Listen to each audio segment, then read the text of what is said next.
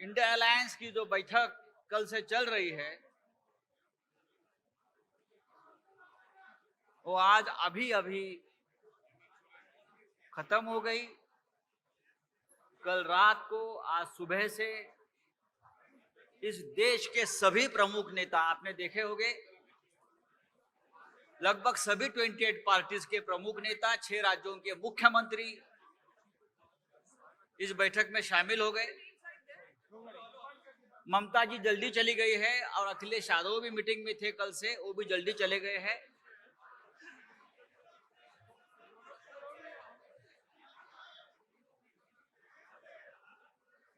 और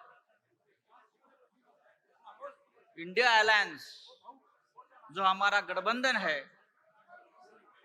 वो गठबंधन बहुत ही मजबूती से उभर कर सामने आ रहा है।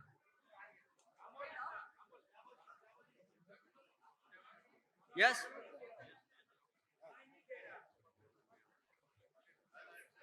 ये आवाज का आवाज क्या करें? आपको सुनाई आ रहा है क्या? आप सुन सकते हैं? यहां नहीं सुन सकते, यू कांट हियर।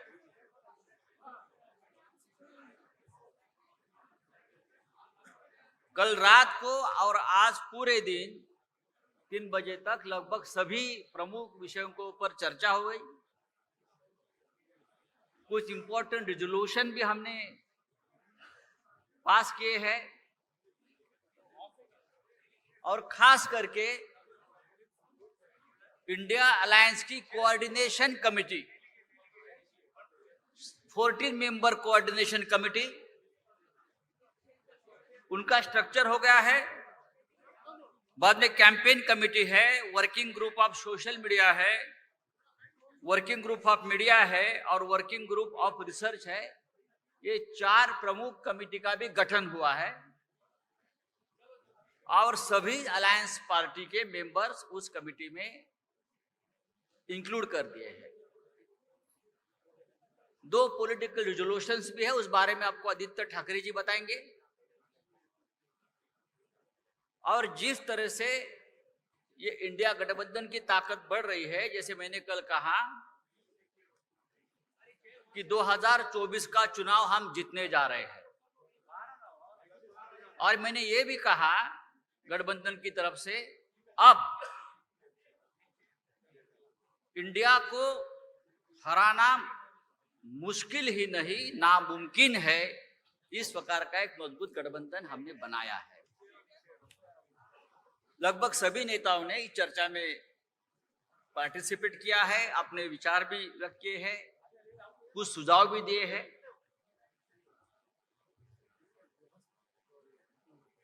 प्रमुख नेता आपसे डायलॉग करेंगे, उसके बाद आपके सवाल, बहुत ही सिलेक्टेड सवाल के जवाब दिया जाएगा, लेकिन ये आधा घंटे के ऊपर प्रेस कॉन्फ्रेंस नहीं चलेगी, आपको मैं बताना चाहता हूं।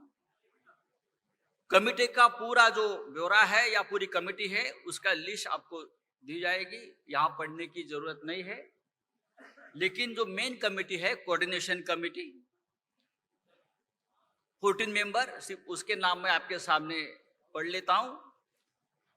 Shri K C. Venugopal, Indian National Congress, Shri Sharad Pawar ji, NCP, Shri T R. Baalu, DMK, Shri Hemant Soren, Jharkhand Mukti Morcha, Shri Sanjay Raut, Shiv Sena, Shri Tejashwi Yadav, RJD, Shri Abhishek Banerjee, TMC, Shri Raghav Chadha, already given, okay, print out already given, मुझे लगता है अब पढ़ने की जरूरत नहीं है। मैं अभी, यू आर नॉट रिसीव्ड, तो ठीक है। Tejashwi Yadav RJD, Abhishek Banerjee TMC, Raghav Chadha AAP, Javed Ali Khan Samajwadi Party, Lalan Singh Janata Dal United, D Raja CPI, Omar Abdullah National Conference, Mehbooba Mufti PDP, CPI M का नाम आ जाएगा, लेकिन बाकी जो कमेटी के जो नाम है आपके पास आ जाएंगे। मैं अब आज के जो स्पीकर्स है, मैं रिक्वेस्ट करूंगा इंडियन नेशनल कांग्रेस के अध्यक्ष हमारे नेता मल्लिकार्जुन खड़गे साहब को कि आप, सॉरी मैं नाम तो आपने दिया है, हाँ, मैं इस आज के इंडिया बैठक के होस्ट, 2 दिन से जो आप देख रहे हो ये पूरा मीटिंग का लीडरशिप, पहले रेजोल्यूशन आप कर रहे हो,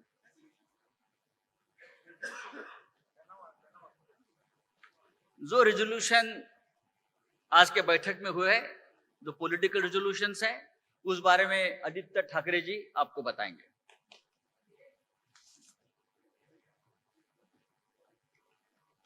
नमस्ते, जय हिंद। आज इंडिया पार्टीज ने 3 रेजोल्यूशंस पारित करे हुए हैं, उसको मैं पढ़ के दिखाता हूं।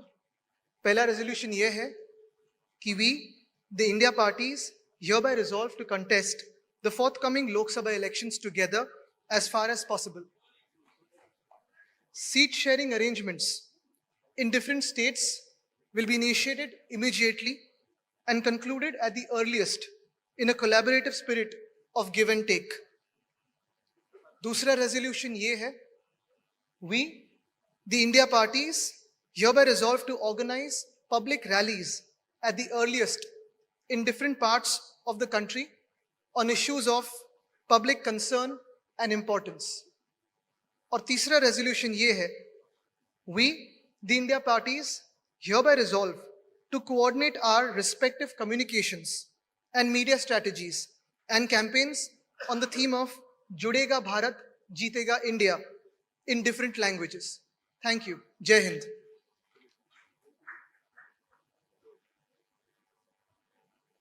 मैं इस इंडिया मीट के होस्ट शिवसेना सुप्रीमो उद्धव ठाकरे जी से विनती करूंगा कि आप ओपनिंग रिमार्क्स शुरुआत करें।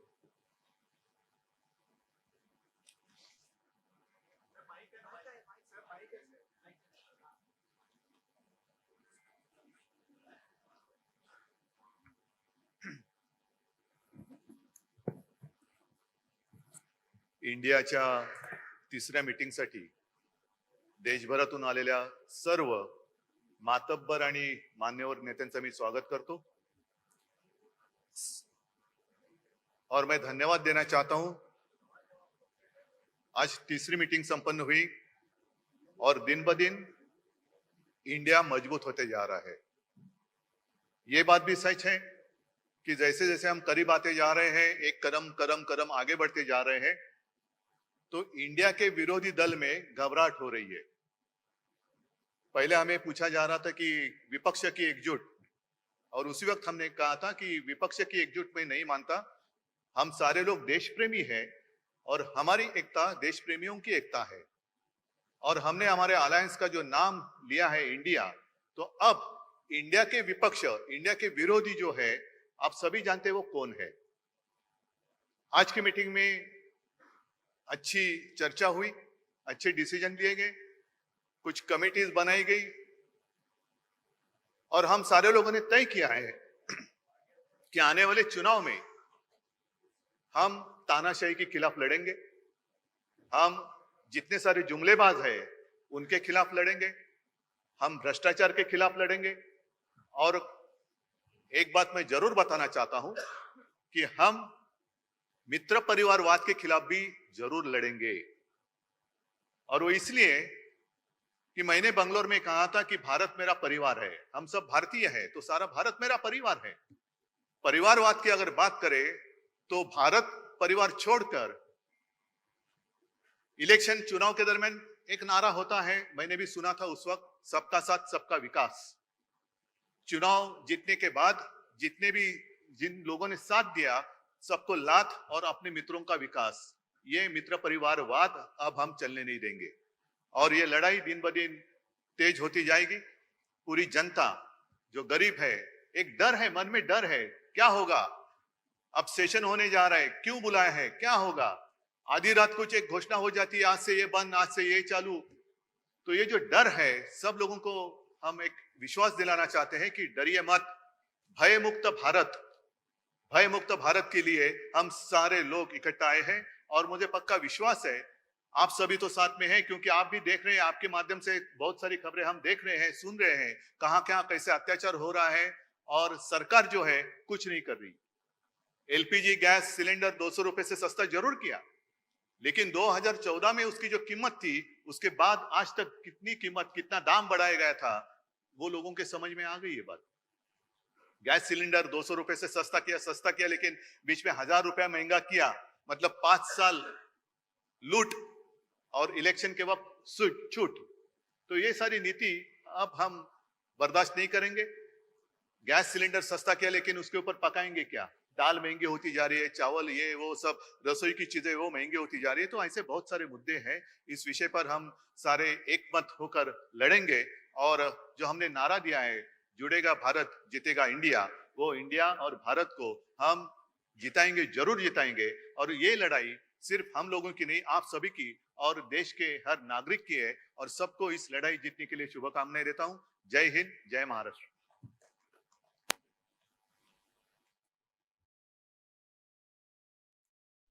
मैं अब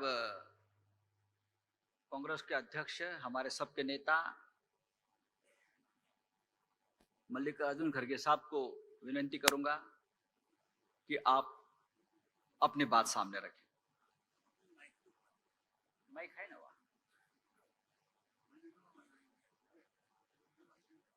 वहां माइक है, लेकिन साहब कंफर्टेबल।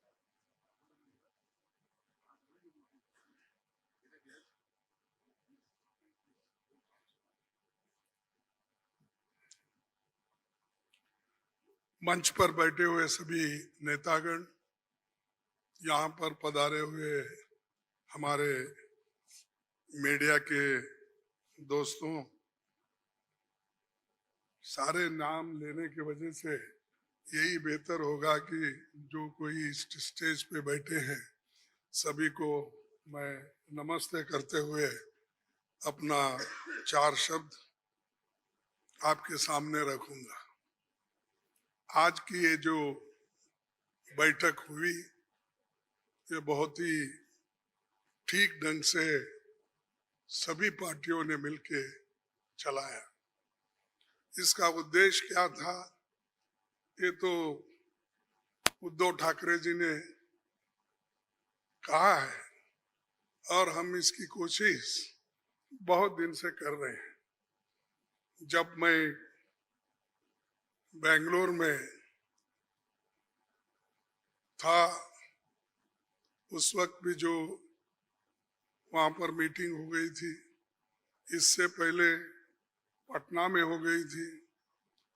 उसके पहले तैयारी के लिए हमने मेरे घर पर भी राहुल साहब और नीतीश साहब, तेजस्वी और हमारे पवार साहब सभी मिलके एक बार बात किए।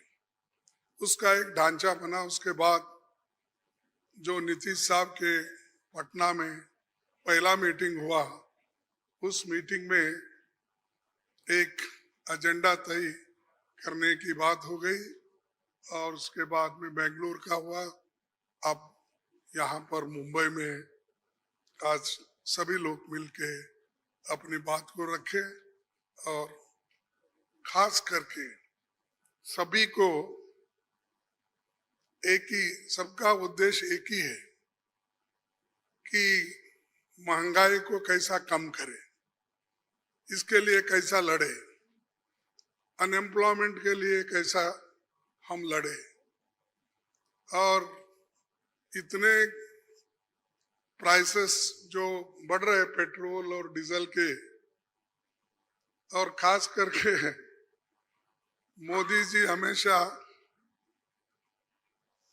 100 रुपए बढ़ाते हैं, 2 रुपए कम करते हैं।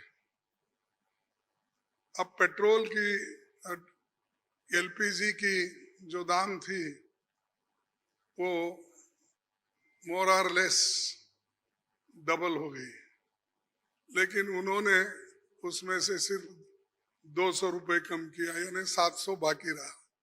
यानी पहला जो 55 रुपए में एक सिलेंडर मिलता था, उसको उन्होंने अभी भी 70 रुपए में ही 70-75 में रखा, यानी कोई कम नहीं हुआ। पहले जो था उससे ज्यादा बढ़ाए थे, उसको थोड़ा कम कर, लेकिन इससे लाखों रुपए उन्होंने कमाया। ये तो गरीबों से चोरी कर दिए और गरीबों के जो काटे और लोगों को दिखाने के लिए 100-200 रुपए कम करना और कहना कि मैं गरीबों के लिए काम कर रहा हूं। मोदी साहब गरीबों के लिए कभी भी काम नहीं करेंगे, ये यकीन मैं दिलाता हूं, क्योंकि उनकी हमेशा यही रणनीति रही है कि गरीबों के खिलाफ काम करते हैं।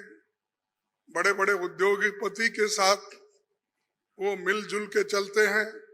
और यहाँ पर तो कल ही एक रिपोर्ट आपके सामने राहुल गांधी जी ने रखा था, अडानी की संपत्ति बढ़ गई कैसी, बढ़ाए कौन, और कैसा आज कम से कम 75,000 करोड़ रुपए गरीबों के जो पैसे थे उनके जेब में कैसा गया, ये सारी चीजें उन्होंने बताया। तो ये जो है, इसके खिलाफ लड़ने के लिए जो बड़े बड़े सरमाएदार है और उनको जो पैसा जा रहा है हमारा गरीब का, तो उसको रोकने के लिए इंडिया जीतना जरूरी है। और इंडिया जीतने के लिए ही इस मंच पे सभी लोग बैठे हैं। तो इसीलिए हम एक जो तय किए हैं, जो रेजोल्यूशन भी हम आप देखे हैं, और उसी ढंग से उस रेजोल्यूशन पे काम करेंगे।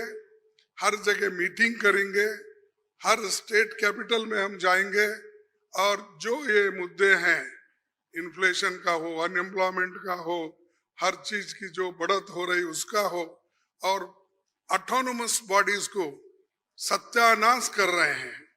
और चाहे ईडी, सीबीआई, विजिलेंस, हर एक ऑटोनोमस बॉडी का मिसयूज कर रहे हैं।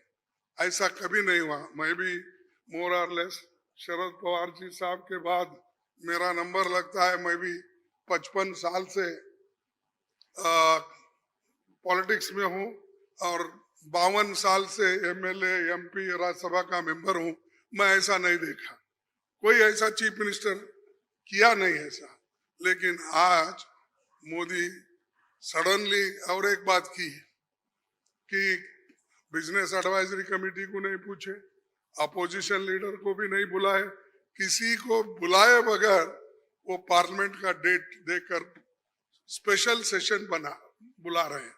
अरे स्पेशल सेशन, मणिपुर जल रहा था तो आपने नहीं बुलाया, कोविड के वक्त नहीं बुलाया, जब आप चाइना अपनी जमीन हड़प कर ले रही है, कब्जा कर लिए, उसके लिए नहीं बुलाया।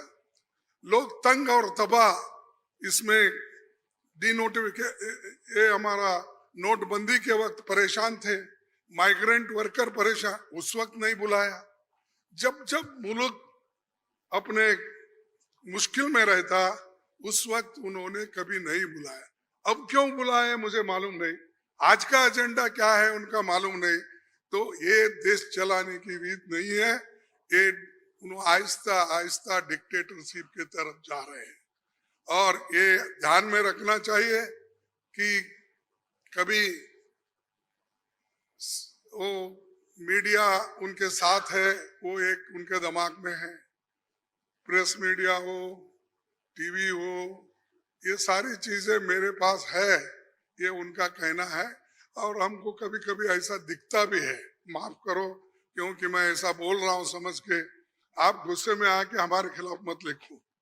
तो जो कुछ है वस्तु स्थिति, आपको भी मुंह को ताला लगाया, हाथ बंद दिए आपके भी लिखने के, ये सारी चीजें कर रहे हैं और आहिस्ता आहिस्ता डिक्टेटर के तरफ वो जा रहे हैं। तो हम इसके खिलाफ लड़ने के लिए, उनके विचारधारा के खिलाफ लड़ने के लिए, उनके जो कुछ भी ये करप्शन, बड़े करप्शन उनके जो इंस्टीट्यूशनल करप्शन होते हैं, ऐसा छोटा मोटा करप्शन वो नहीं करते, लोगों को नहीं दिखना वो पूरा। लेकिन सीएजी रिपोर्ट में दिखाया है कितने करोड़ घपले हो गए हैं। तो उनका करप्शन इनविजिबल है और वो हमेशा अपनी बात ये कहते हैं कि मैं किसी को न खाऊंगा न किसी को खाने दूंगा। लेकिन खाने तो सबको दे रहे हैं, अपने को जो चाहते हैं उनको तो दे रहे हैं, लेकिन लोगों को भूखे मार रहे हैं, लोगों को कुछ नहीं दे रहे। तो इसके लिए हम आवाज उठाए और उसके तहत हम काम करना है। आगे भी हमारी कहाँ मीटिंग होगी हम तय करने वाले हैं, जल्द से जल्द वो भी मीटिंग होगी। और बाकी के जो विषय हम आपके सामने रखे हैं मुद्दे, उनके ऊपर हम लड़ते रहेंगे। वो डराने की कोशिश करते हैं, हम डरेंगे नहीं, ये हमारा वायदा है। और हम हमेशा लड़ते रहेंगे और जीतते रहेंगे। और आज मुंबई में जो हमारे महाराष्ट्र विकास आघाड़ी जो ये स्टेप लेकर हमको बुलाए हैं, उद्धव जी लीड लिए हैं और बाकी कांग्रेस पार्टी और एनसीपी सभी ने मिलके ये जो एक यहाँ पर कार्यक्रम रखा और बहुत यशस्वी हुआ, इसलिए मैं उन महाराष्ट्र विकास आघाड़ी के सभी नेताओं को धन्यवाद देता हूँ। और आप सभी को भी मैं धन्यवाद देता हूँ, क्योंकि आगे की और भी मीटिंग्स है, वो डेट टाइम सभी बताएंगे। और कहाँ मीटिंग हमारी होगी, बहुत से 5-6 जगह पब्लिक मीटिंग होगी, वो भी हम आपको बताएंगे। और काम करते रहेंगे और मजबूती के साथ काम करते रहेंगे। इसको ढीला करने की कोशिश मोदी जी कितना भी कोशिश करे, हम वो डरने वाले नहीं है। इसीलिए मैं इतना ही कहूँगा कि उन्होंने तो हमेशा मोदी जी झूठ बोलते ही रहते हैं, लेकिन लोग उनको सच समझते हैं। लेकिन अभी भी मराठी में एक कहावत है, खोटा बोला पण रेटून बोला, तो ऐसा उनका है। इसीलिए सब झूठ बोलते जाते हैं, लोगों में भ्रम डालते हैं। तो वो सबको हमको एक्सपोज करना है, हम करते रहेंगे। धन्यवाद।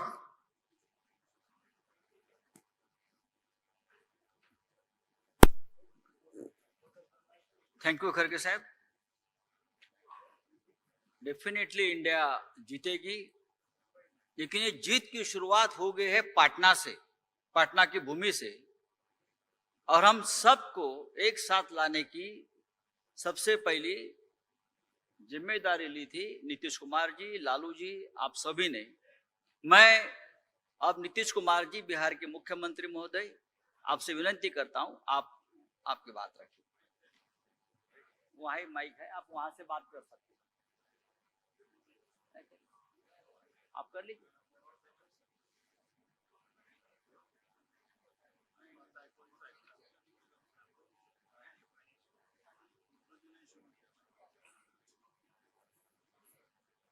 तो आप सब लोगों को मालूम है कि आज तीसरी मीटिंग हुई है। इसके पहले 2 मीटिंग हो चुकी है और सबके बारे में आपसे चर्चा की जा चुकी है और बहुत अच्छे ढंग से कल से ही बातचीत हुई और आज मीटिंग हो गई। और पहले आपको चीजों के बारे में अनाउंस कर दिया गया कि इन सब चीजों के बारे में तय हो गया है। और अब नियमित रूप से अब जगह जगह जा करके हम लोग अपना प्रचार प्रसार का काम करते रहेंगे। तो ये सब आज तय हो गया, इसलिए इसके बारे में आपको बता दिए और बड़ी खुशी की बात है। और अब आप समझ लीजिए कि जितनी पार्टियां एकजुट होकर के काम कर रही हैं, तो आप अच्छी तरह जान लीजिए कि अब इसी का नतीजा होगा कि अभी जो केंद्र में हैं, अब वो हारेंगे, अब वो जाएंगे, ये पक्का जान लीजिए। और अभी आपको बताया गया कि कैसे मीडिया पर ही कब्जा कर लिया है।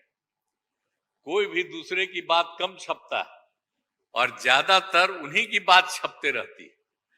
कितना काम पहले हुआ है, अलग अलग राज्यों ने कितना काम किया है दूसरे पार्टियों ने, उसका कम छपता है। ये कम करते हैं और ज्यादा छपता रहता है। तभी तो आप लोगों पर कब्जा न है जी, तब तो उपाय है। और जब एक बार उनसे मुक्ति मिलेगी तो आप सब प्रेस वाले आजाद होइएगा और जो आपको उचित लगेगा वही लिखिएगा और वही बोलिएगा। और ये बहुत जरूरी है। अगर प्रेस के लोग कुछ लिखते हैं, कहीं क्या काम हो रहा है, क्या ठीक नहीं हो रहा है, वो जब लिखते हैं तो उसका असर जनता पर कितना पड़ता है। और आजकल देख रहे हैं कोई काम नहीं कर रहे हैं और खाली उनका बड़ाई हो रहा है। आज जो राज्य वाला बेचारा जो काम कर रहा है उसकी चर्चा कम होती है। तो ये ना हो गया, इसलिए पटाइए। दूसरी चीज है, देश के इतिहास को ही बदलना चाहते हैं तो हम लोग सब मिलकर के देश के इतिहास को नहीं बदलने देंगे और सब मिल करके जो अपना देश है वो पूरा मजबूती के साथ होगा और समाज के हर तबके का उत्थान होगा और किसी की उपेक्षा नहीं होगी। तो इसीलिए सब मिल करके, और जानते भी न हैं, बहुत कोशिश चलते रहते हैं हिंदू मुस्लिम कुछ इधर उधर हो जाए, लेकिन सबको एकजुट होकर के न है जी, देश तो सबका है ना, तो सब एकजुट होकर के, तो सब मिल करके और सारा अच्छा काम कर रहे हैं, तो सबको लेकर के आगे बढ़ाना है। और तो इसीलिए जरूरी है कि अब सब लोग, अब अच्छा हो गया है, सब लोगों को अपना अपना अधिकार था, तो लेकिन अब इतना ज्यादा हम कोशिश करते रहे, बहुत कहते रहे कि जरा मिल जाइए, तो बात समझते समझते हो गया। अब तो हम यही चाहते हैं कि अब तेजी से काम हो। तो आज ही तय कर लिया है लोगों ने कि अब तेजी से हम लोग अभी से शुरू कर देंगे। अब कोई ठिकाना नहीं है, चुनाव समय के पहले भी हो सकता है, कोई ठीक नहीं है। इसलिए हम लोगों को भी तो अलर्ट रहना न पड़ेगा। इसलिए हम लोग सब इंटरनल बात पूरा कर लिए, यही पूरा बातें है। और बाकी कई लोगों को अब जिम्मेवारी दे दी गई है, सब तरह का काम करेंगे। इसके लिए बहुत अच्छा है और आप सब लोगों से भी आग्रह करेंगे कि कृपा करके जब हम लोग अब एकजुट हो गए हैं तो हम लोगों के काम का भी थोड़ा आप लिखते रहिएगा, थोड़ा प्रचार करते रहिएगा। ये बहुत बहुत धन्यवाद।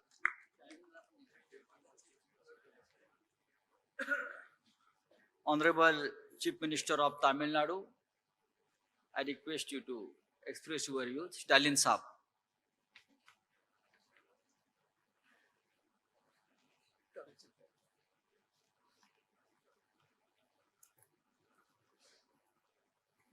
அனைவருக்கும் வணக்கம். பாட்னாவில் 19 கட்சிகளோட கூட்டணி அமைச்சு அங்க முதல் கூட்டத்தை நடத்தணும். ஆக முதல் கூட்டத்தை பொறுத்த வரைக்கும் ஒற்றுமையாக இருந்து பாரதிய ஜனதா கட்சி ஆட்சிக்கு ஒரு முடிவு கட்ட வேண்டும் என்று முடிவு செஞ்சோம். அதை தொடர்ந்து இரண்டாவது கூட்டமாக பெங்களூர்ல நடத்தணும். அதுல இந்த கூட்டணிக்கு இந்தியா என்ற பெயரை சூட்டி அந்த பணியை தொடங்கணும். மூன்றாவதாக இந்த மும்பையில 28 கட்சிகள் ஒன்று சேர்ந்து வலிமை மிக்க கூட்டணியாக இத நாங்க நிரூபிச்சு காட்டிருக்கிறோம்.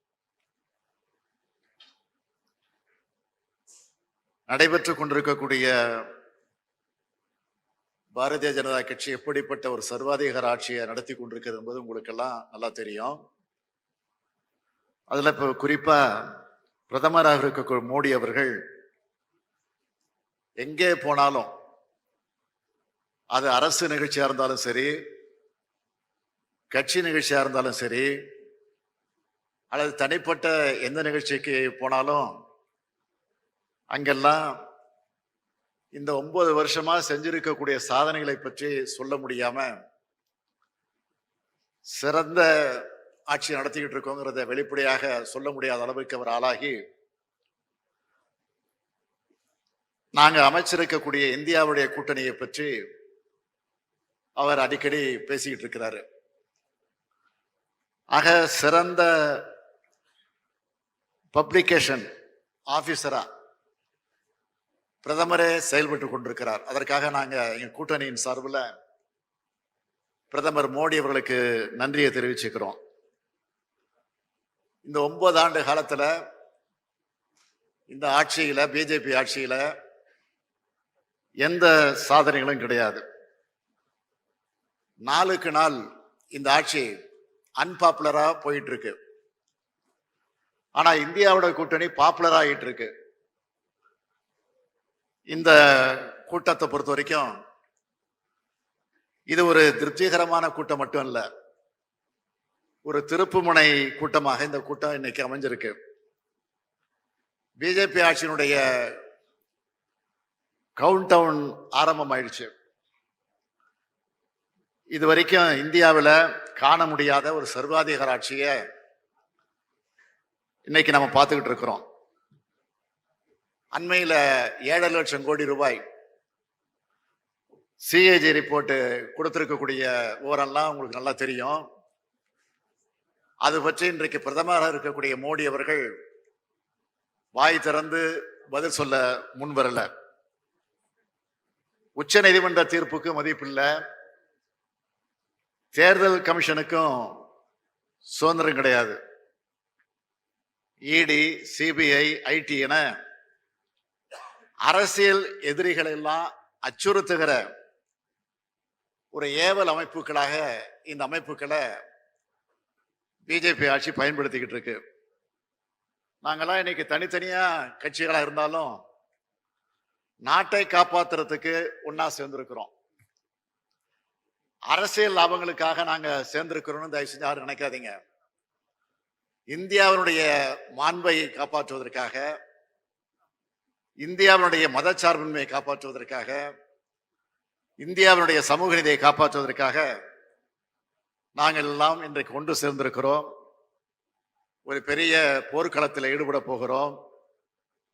அப்படி ஈடுபடக்கூடிய அந்த போர்க்களத்திற்கு நீங்கள் எல்லாம் எங்களுக்கு பக்கபலமாக இருக்கணும், துணை நிற்க வேண்டும் என்று என்னுடைய அன்பான வேண்டுகோளை இந்த நேரத்தில் எடுத்து வச்சு இந்த கூட்டத்தில் கலந்து கொண்டு உங்கள் அனைவரையும் சந்திக்கிற வாய்ப்பை பெற்றமைக்கு மீண்டும் ஒரு முறை என்னுடைய நன்றியை தெரிவித்து விடைபெறுகிறேன். நன்றி, வணக்கம்.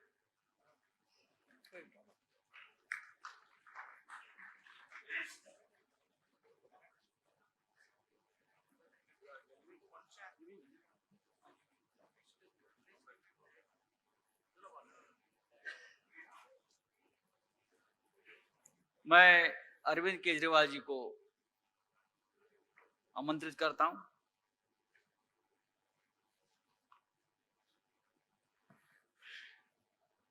आप सब लोगों को मेरा नमस्कार।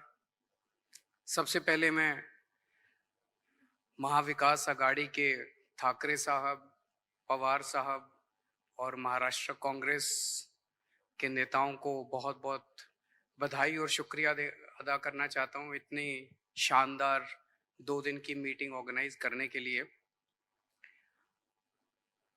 ये जो इंडिया अलायंस है, ये अलायंस कुछ चंद 26, 27, 28 केवल पार्टियों का अलायंस नहीं है। ये इंडिया अलायंस इस देश के 140 करोड़ लोगों का अलायंस है और ये लोग एक साथ आए हैं। देश के लोग इकट्ठे हो रहे हैं और बहुत बड़ी संख्या में लोग इकट्ठे हो रहे हैं और देश के लोग इकट्ठे हो रहे हैं 21वीं सदी के भारत का निर्माण करने के लिए। आज हमें बहुत दुख होता है कि आज हमारे देश के अंदर जो सरकार है, मोदी सरकार, मुझे लगता है कि आजाद भारत की सबसे भ्रष्ट सरकार और सबसे अहंकारी सरकार है। एक भारतीय होने के नाते मुझे बेहद दुख होता है। पिछले 3-4 दिन से हम पढ़ रहे हैं कि विदेशों के अखबारों के फ्रंट पेज के ऊपर खबरें छप रही हैं कि हमारी भारत सरकार एक आदमी के लिए काम कर रही है। वो एक आदमी भारत से पैसे निकाल के बाहर विदेश में ले जा रहा है और भारत सरकार, मोदी सरकार, देश के प्रधानमंत्री उनकी मदद कर रहे हैं। बहुत दुख होता है एक भारतीय होने के नाते। विदेशों में तो खबरें छपनी चाहिए कि भारत में ये अच्छा हो गया, भारत में वो, तब देश का नाम आगे बढ़ेगा। देश का नाम ऐसे थोड़ी आगे बढ़ेगा कि पूरी भारत सरकार एक आदमी के काम करने के लिए लगी हुई है। आज हमारे भारत का युवा रोजगार ढूंढ रहा है, पढ़ लिख के बीए करके, बीकॉम करके, बीएससी करके रोजगार ढूंढ रहा है, उसके पास रोजगार नहीं है। और वो जब सरकार के पास जाता है तो पता चलता है कि सारी सरकार एक ही आदमी के लिए काम कर रही है, सारी सरकार भ्रष्टाचार में डूबी हुई है। आज हमारे लोगों के घर का खर्चा नहीं चल रहा, लोगों के आमदनी नहीं है, आमदनी उतनी है, खर्चे बढ़ते जा रहे हैं, सरकार के पास जाते हैं, पूरी सरकार एक ही आदमी के लिए काम करने में लगी हुई है। इससे ज्यादा अहंकारी सरकार आज तक कभी नहीं हुई। और ये लोग अपने आप को भगवान से भी बड़ा समझने लग गए हैं। और जब कोई आदमी अपने आप को भगवान से बड़ा समझने लगता है तो फिर उसका पतन भी जल्दी होता है। मुझे बेहद खुशी है कि इंडिया अलायंस में सब लोग आपस में जुड़ रहे हैं।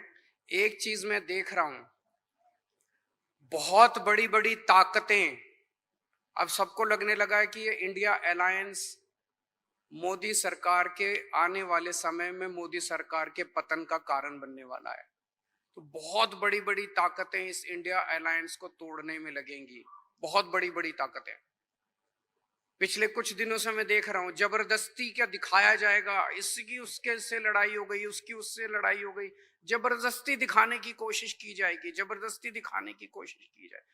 मैं पिछली 3 मीटिंग अटेंड कर चुका, मैं आपको पूरी जिम्मेदारी के साथ कह सकता हूं, जितनी अच्छे से और जितने प्यार और मोहब्बत से सारी मीटिंग्स हुई हैं, किसी के साथ लड़ाई नहीं है।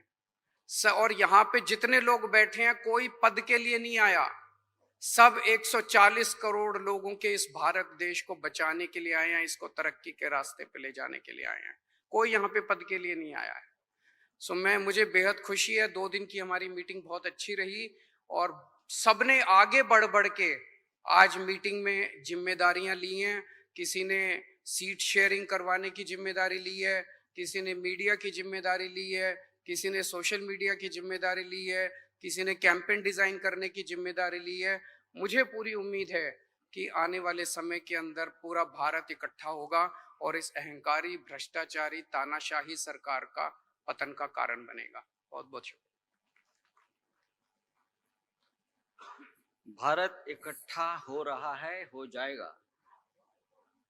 मैं अब आमंत्रित करता हूं हमारे प्रिय आदरणीय नेता लालू यादव जी।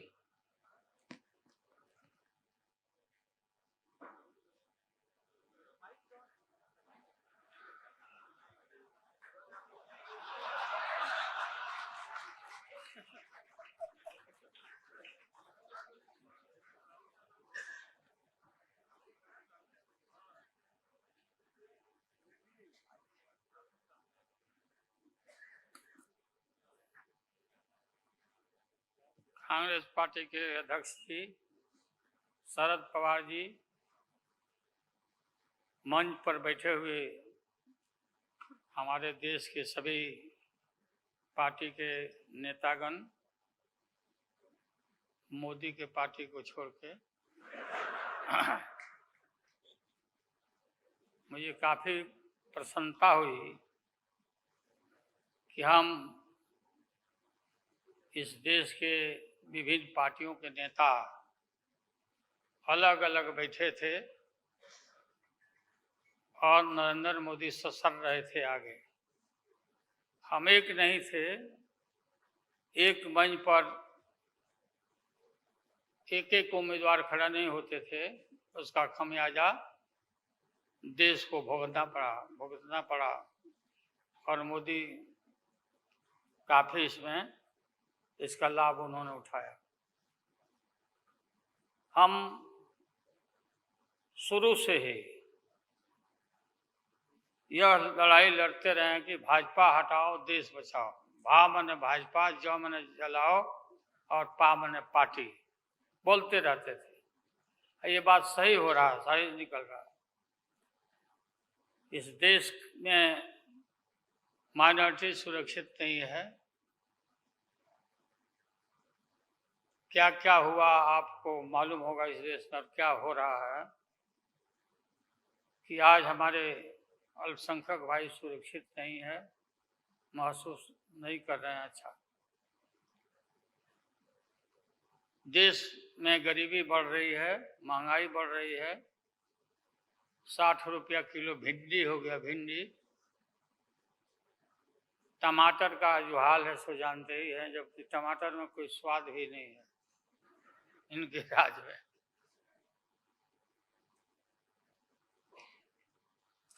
लगातार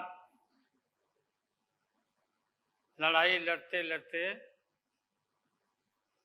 हम लोग आज इस मुकाम पर आए हैं कि अब हम सब पटना, बंगलोर और महाराष्ट्र, यहाँ मुंबई में ये मीटिंग के बाद अब एक निष्कर्ष पर हम लोग पहुंचे हैं और एक स्वरूप बना है, संगठन बना है, जो पढ़ के आप लोग को सुनाया गया। आप सबको याद होगा कि कितना झूठ बोल करके, कितना अफवाह फैला करके इस सत्ता में लोग आए थे। मेरा भी नाम उस समय और देश के नेताओं का नाम इन लोगों ने यह प्रचारित किया था कि इन लोगों का पैसा स्विस बैंक में जमा है, स्विस बैंक में। और मोदी जी बोले कि हम आएंगे और स्विस बैंक का पैसा ला करके हम देश के तमाम लोगों को, हर के को खाता खुलवाया कि 5-5 लाख रुपया जमा करेंगे, 15-15 लाख रुपया। हम भी झांसा में आ गए और हमने भी अपना खाता खुलवाया। मेरे 7 बेटियां, 2 बेटा और पति पत्नी दोनों मिला के 11 हो जाते हैं। देखा कि भाई 15 से गुना कर दीजिए, पैसा काफी मिल जाएगा। हमने तो पशुपालन में कोई पैमानी शैतानी भ्रष्टाचार नहीं किया, जो भ्रष्टाचार नरेंद्र मोदी कर रहे हैं, करा रहे हैं। सारे देश भर के लोग खाता खुलवा दिया, सब गरीब गुरबा आदमी प्रचारित करवाया इन लोगों ने। और मिला क्या, सो देश के लोगों को मालूम होगा, आप लोगों को भी मालूम होगा, आप लोग में वैसे भी खुलवाए होंगे आप लोग पर, प्रेस के लोग भी। हो सकता है भाई मिल जाए, पैसा है देश का तो मिल जाए, वापस आ जाए। एक पैसा नहीं, सब इन्हीं लोगों का पैसा था। अभी काफी जय जयकार हो रहा, होना चाहिए, वैज्ञानिकों का होना चाहिए। चंद्रयान पर लोग गए, सब घूमे फिरे लोग, हमारे वैज्ञानिक, देश का नाम ऊंचा हुआ। अब हमने सुना है कि मोदी जी अब ये सोच रहे हैं, और इसीलिए पहले ही लोकसभा का मीटिंग भी सुना, बुला दिया है। हमने ये सुना, किसी जिम्मेवार आदमी ने कहा कि भाई हम लोग तो अब इतना देश के वैज्ञानिक आगे देश को ऊंचा कर दिए, दुनिया में नाम हो गया। हम अपील कर रहे हैं इसरो के वैज्ञानिकों से, अपने देश के वैज्ञानिकों से, भाई मोदी जी को पीछे नहीं रहना चाहिए। इनको चंद्रलोक से की बात छोड़ो, अब सूर्यलोक पर इनको पहुंचाओ। पहुंच तो जाओ, हाँ, दुनिया भर में नाम हो जाएगा मोदी जी का। अमेरिका सब देश कहाँ पीछे छिटा जाएगा। राहुल गांधी जी घूमते रहते हैं अमेरिका में, कई देश में घूमे, इनको अवसर मिला है। तो ये भी देख लेंगे कि भाई मोदी जी सचमुच में देश का नाम करने के लिए अब ये चल पड़े हैं। दशहरा के बाद इसकी तैयारी कर लें, हमारी शुभकामना है कि चले जाएं। इतनी गरीबी है, गुरबा लोग हैं, बेकारी है,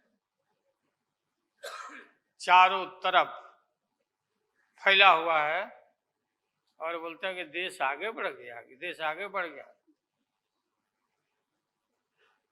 देश के नेताओं को कोई भी ऐसा नेता नहीं छूटा है जिसको ईडी में, सीबीआई में ये ना फंसाए हों, सबको फंसा के।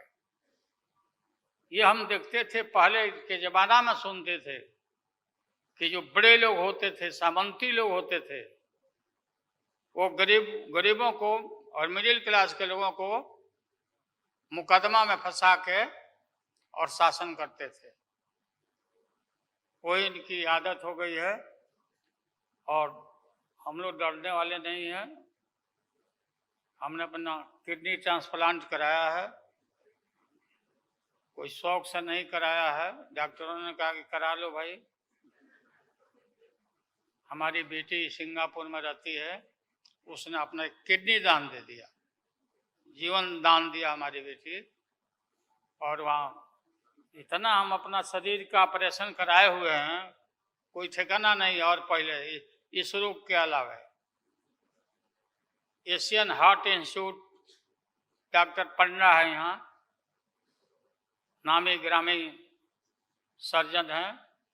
5-6 हमारा ऑपरेशन हो चुका है, लेकिन आप सबका आशीर्वाद और कृपा है कि हम जीवित हैं, और हम आगे भी हम काफ़ी, मेरा हौसला मजबूत है कि हम रहेंगे, और मोदी जी को हटा के ही हम दम लेंगे हम लोग। इसलिए हम लोगों ने संकल्प लिया है, बिल्कुल। और सुन ले मोदी जी, अब आप समझ लेना कि पहले से मैं आपसे लड़ते आ रहा हूँ, गुजरात के युद्ध के लड़ाई राइट के समय से। आपके और आपके गुरु, कौन अध्यक्ष है वो? हाँ? नहीं, उनके पार्टी के अध्यक्ष जी हो। अडवाणी जी को तो गिरफ्तार किया था, वो नहीं भाई। अरे अभी जो है मौजूद अमित शाह, बताओ ही कहाँ के शाह नेता हो गए, कब का संघर्ष किया होगा भाई। हम थे, राज्यसभा में थे उन दिनों में, भैरव सिंह शेखावत साहब जी उपराष्ट्रपति थे, और दंगा जब हुआ तो चारों तरफ देश और दुनिया भर में यूरोपियन कंट्री ने अपने नागरिकों को मना कर दिया कि मत जाना उधर, भारत में मत जाना, और इनका प्रवेश भी निषेध हो गया था विदेशों में। आप सब लोगों को मालूम है किस तरह का इनका इतिहास रहा है। हम गमछी बिछा के फ्लोर ऑफ द हाउस वहाँ बैठ गए आगे, चेयरमैन के चेयर के नीचे। हम कहा कि मोदी को गिरफ्तार करो, गिरफ्तार करो मोदी को, नहीं तो नहीं उठेंगे। चारों तरफ से हाउस गर्म हो गया, गर्म हो गया हाउस। और गर्म होने के बाद काफी इनको परेशानी हुई, और स्वर्गीय अटल बिहारी वाजपेयी जी, वो नेता थे, वैसा नेता हमने नहीं देखा। उन्होंने कहा नरेंद्र मोदी को कि राज धर्म ये कोई चीज होता है, राज धर्म। लेकिन जो आदमी गिरफ्तारी के बाद इतना सारा विपक्ष, सब लोग हम लोग जुट गए थे कि भाई कम से कम कंडेम भी करो उनके एक्शन को, नहीं किया ये लोग। डिप्लोर डिप्लोर बन मतलब किया कि वो भी नहीं, अंदर से नहीं निकले इन लोगों को कि हम निंदा करें, इतने बड़े नरसंहार हुआ था, क्या क्या हुआ, उसको दोहराने की जरूरत नहीं है। हम सब लोग ज्यादा भाषण नहीं, भाषण का तो मेरा, हमारे दीदी भी यहाँ बैठी हुई है, ममता दी निकल गई, अच्छा चले। तो सारे जो उस समय लोग थे हमारे साथी, बालू जी भी निकल गए। हाँ गए प्लेन है, तो हम भी, मेरा भी प्लेन अभी निकल गया। हम क्यों पीछे रहे, हम भी निकल जाते हैं।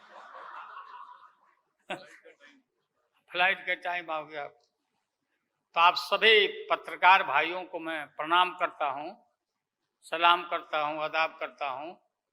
हम सब एक हैं और एक होकर के हम लोग इस लड़ाई को लड़ रहे हैं। और राहुल गांधी जी को भी हम काफी मजबूती के साथ विश्वास हम लोग दिलाते हैं कि हम सब एकजुट हो करके सभी लोगों को एकोमोडेट करके आगे सीट शेयरिंग अब शुरू होगा, सीट शेयरिंग। और सीट शेयरिंग में हम लोग सब लोग सफल होंगे, कोई दिक्कत कठिनाई नहीं होगी, कहीं कोई हर्डल नहीं होगा। अपना कुछ नुकसान करके भी हम लोग इंडिया को, ये संघ है, हम लोग जिताएंगे और मोदी को हटाएंगे और देश को बचाएंगे। सभी लोगों को नमस्कार, जिंदाबाद, सब प्रणाम। क्या चलो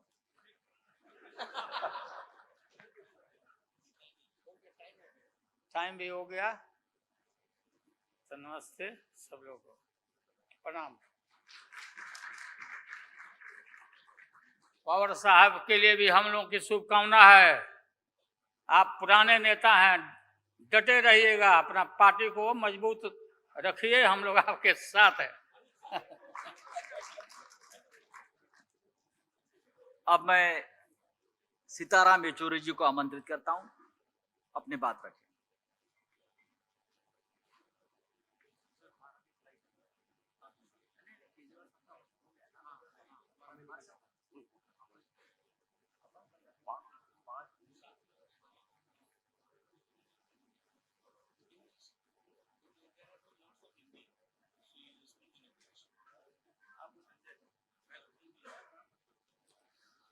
Well, you've all heard our leaders speak in Hindi, so you want me to speak in English or should I also continue in Hindi?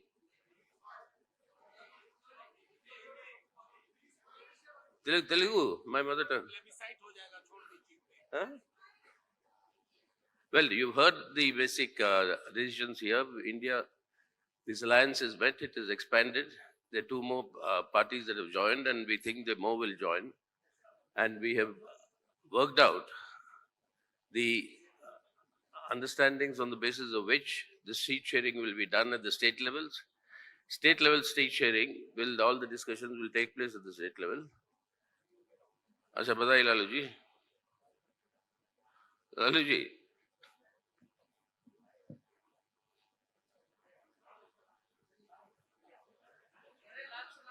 लाल सलाम कह रहे हैं ये, the spirit of India. Lalu ji is saying Lal Salam to me, and I am saying Jai Hind to him. So that at the state level, we'll work out the adjustments, seat adjustments, etc. State to state, it will vary. But the general overall understanding is very clear. We are all united here in order to save the character of the Indian Republic, which is the secular democratic republic, to save its constitution, to save democracy, and particularly to uphold the guarantees that have been given by the Indian constitution to all our citizens, irrespective of, I quote, caste, creed, or sex. That equality for all and justice, that is economic, social, and political, that justice for all, that must be ensured. If all this has to be done, then the BJP must be kept away from controlling the government and state power. So that is the objective with which we've all come together. Now you'll be seeing many things happening, as in when this grouping gets more consolidated. The first time when we were meeting in Bangalore, suddenly the NDA was resurrected. This time when we came to Bombay, suddenly the 200 rupees was reduced to the gas cylinder. You heard about how much it was increased then. And while we were meeting here came the announcement of a special session of Parliament. And what gimmickry will follow from there, what will be done, that we'll have to wait and see. So it's very clear that the Modi government and the BJP is rattled by this coming together of all the secular forces and the secular parties. And that in itself is a signal for the march towards victory that India will make with all our leaders coming together. And we propose to consolidate this further with a series of public meetings spanning across the country, and that will from all parts of the country ranging out. So now from this meeting, we are reaching out to the people. We are already with the people, but we'll be reaching out to the people through public actions and action programs, and that will be further strengthened in the days to come. So that is in addition to what has already been told here. We only think in the coming months you'll see more of united activity amongst all the parties that are represented here, and we are sure that more and more parties will be joining the India grouping, and this will consolidate further in order to save India today. To saving India and then changing India for the better. That is the objective with which we all come together, and that is what we will ensure, and that is our assurance to the people of our country. Thank you. अब मैं आमंत्रित करता हूं आदरणीय प्रिय Rahul Gandhi ji.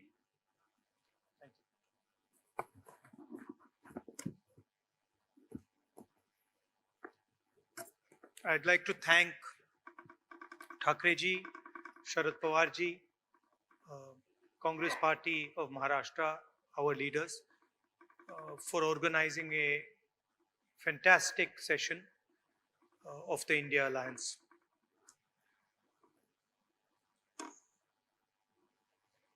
Two very big steps were taken. The most important thing to understand is that this stage represents 60% of the Indian population.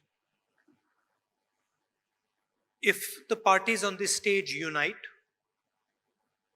it is impossible for the BJP to win an election. So the task in front of us is to come together in the most efficient way possible.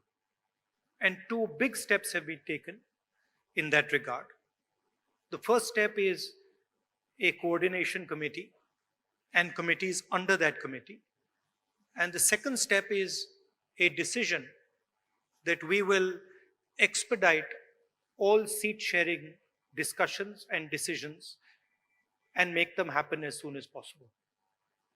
These are two very, very powerful steps in ensuring that the India Alliance defeats the BJP. The election is very, very clear.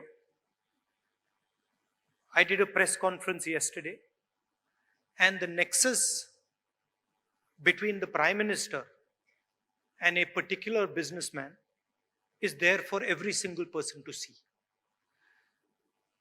I mentioned yesterday in my press conference that the G20 is taking place, and it is very important for India's credibility, our nation's credibility, that the Prime Minister makes his position very clear and begins an inquiry on what has happened with regards to Mr. Adani.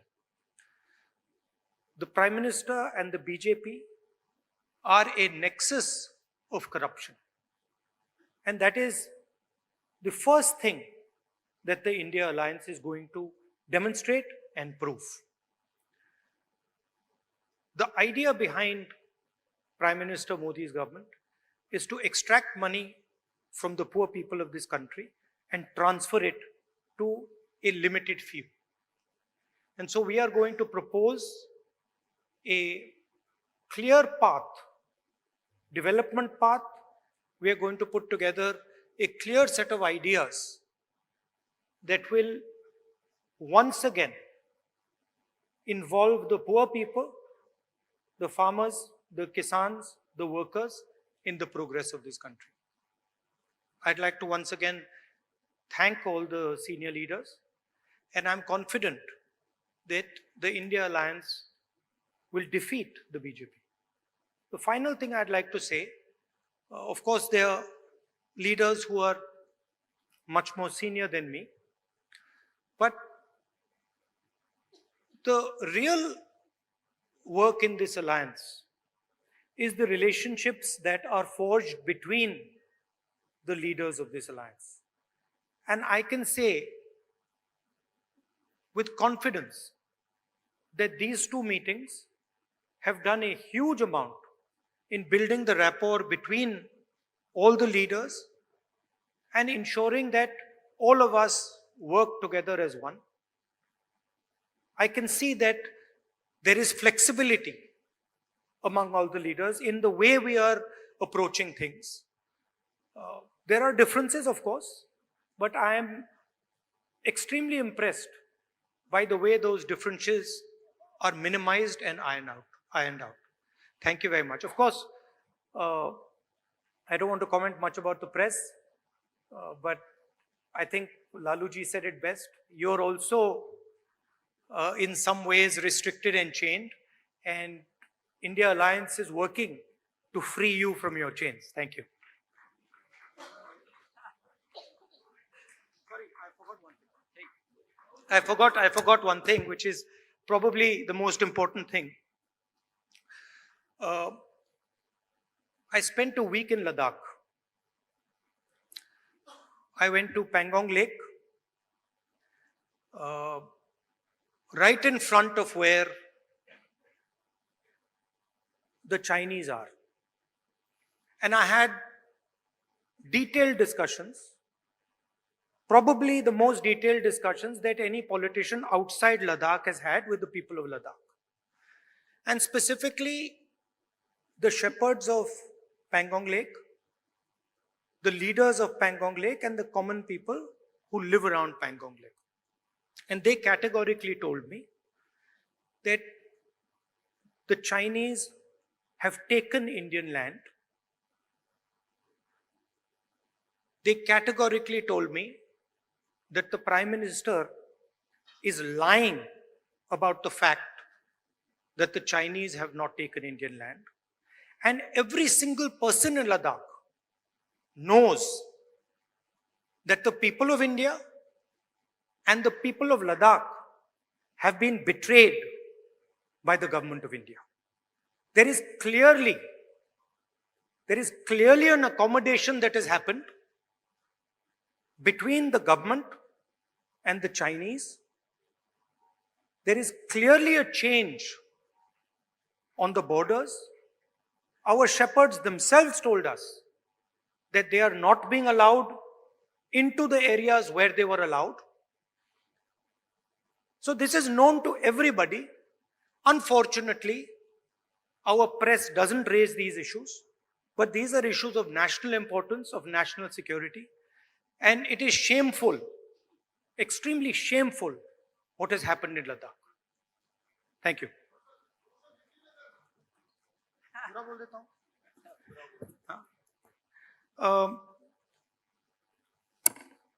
सबसे पहले मैं शरद पवार जी, ठाकरे जी और जो महाराष्ट्र कांग्रेस के हमारे नेता हैं उनको धन्यवाद करना चाहता हूं कि उन्होंने एक बहुत अच्छा सेशन यहां हमारे लिए किया। सेशन में दो महत्वपूर्ण बातें डिसाइड की गई।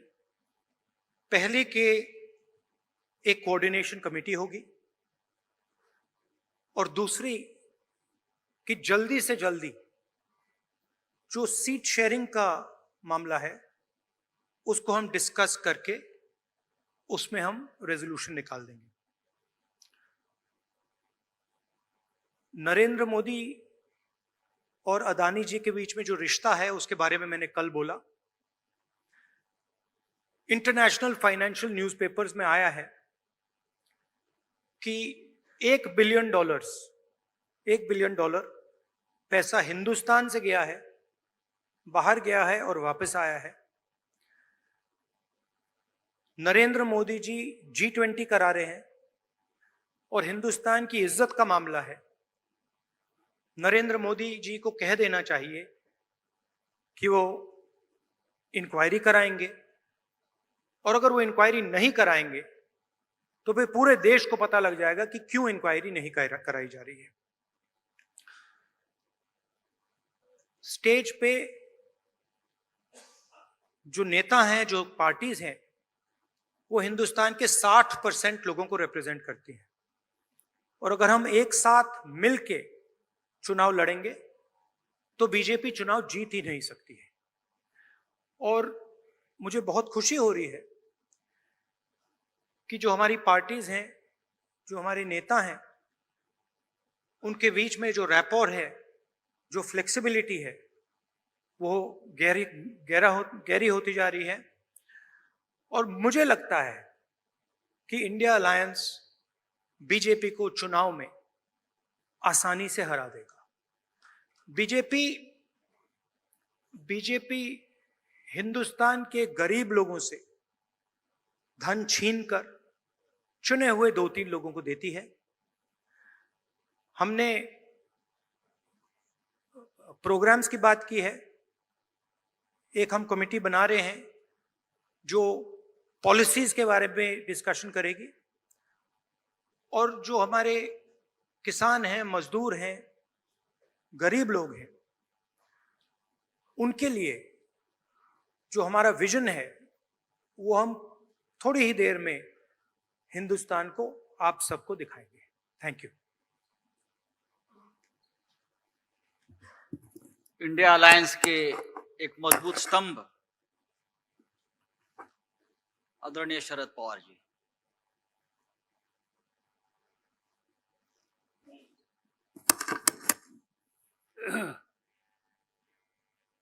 सम्माननीय व्यासपीठ और साथियों, कल से हम देश के 28 पॉलिटिकल पार्टी के नेता की जिनकी उपस्थिति 68 के आसपास थी, यहाँ बैठे, और कई दिनों से हमारे सबके मन में देश के सामने कोई गंभीर समस्या है, इस पर बहस करके आगे की नीति तय करने का काम ये 2 दिन के सेशन में हम लोगों ने किया। मैं शुरू में सभी पॉलिटिकल पार्टी जो बाहर से यहाँ आए, इनके यहाँ जो प्रबंध व्यवस्था करने की जिम्मेदारी उद्धव ठाकरे जी के नेतृत्व वाली शिवसेना हो, कांग्रेस पार्टी हो, राष्ट्रवादी कांग्रेस पार्टी हो, सभी साथियों ने अच्छी तरह से की, और इसीलिए इन सभी नेता लोगों को मैं धन्यवाद देता हूँ कि जिसकी शुरुआत हमने बिहार में की थी, कर्नाटक में की, इस 30वां दफा महाराष्ट्र में हुआ, और आगे की लाइन हमारी तय होने में इसकी बहुत मदद हो गई। और देश में अलग अलग राज्यों में अलग अलग स्थिति है, लोगों की समस्या बहुत है। चाहे किसान की समस्या हो, खेडूत की समस्या हो, मजदूरों की समस्या हो या नौजवान साथियों की समस्या हो, आज जिन लोगों ने एक भरोसे से देश की कारोबार चलाने की जिम्मेदारी भारतीय जनता पार्टी इन लोगों के साथियों के हाथ में दी, आज वही लोगों में एक तरह से नाराजगी की भावना थी जगह जगह पर देखने के लिए मिलती है। उनकी सच्ची समस्या है, मगर हुकूमत हाथ में आने के बाद जिन लोगों के एक जमाने में जमीन पर फैज थे, आज जो अधिकार हाथ में मिला, इसका नतीजा, इसका परिणाम इन नेतृत्व करने वाले लोगों के काम करने के निर्णय में हो गया। आज हम लोग देखते हैं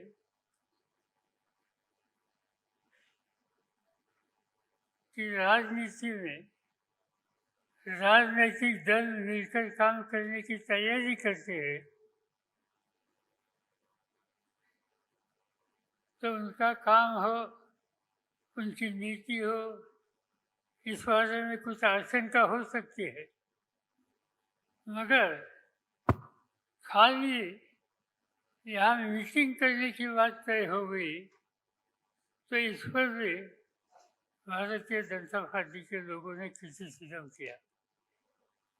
उन लोगों ने कहा, नेतृत्व ने, कि मिलने की क्या आवश्यकता है। प्रजातंत्र में कोई भी इश्यूज हो लोगों के सामने, इसलिए मिलकर आपस में बहस करके कोई रास्ता निकलेगा कैसे, इस पर ध्यान देना, ये तो कोई गलत बात नहीं है, मगर हम लोग यहाँ मिले इस पर भी एक तरह का क्रिटिसिज्म हमारे कुछ साथियों ने किया। इससे एक ही बात साफ होती है कि 10 साल देश की हुकूमत हाथ में आने के बाद जो, जैसे मैंने कहा कि जमीन पर पैर रख के काम करने की आवश्यकता है, इससे नेतृत्व करने वाले लोग बहुत दूर गए। कभी कभी अपोजिशन के लोग जब बैठे हैं तो उनके बारे में देश के भारतीय जनता पार्टी के वरिष्ठ नेता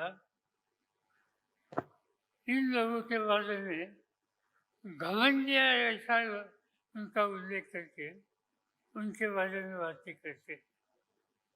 इससे एक ही बात साफ होती है कि घमंडिया कौन है कि जिन्हें लोग मिलकर आपस में बैठने की तैयारी करते हैं, ये भी जिनको पसंद नहीं, उन्हें घमंडिया कहने की आवश्यकता है। और ऐसी एक शक्ति देश के हितों की रक्षा करने वाली नहीं, इस पर मिलकर कुछ न कुछ रास्ता निकलना चाहिए। और ये रास्ता निकलने के लिए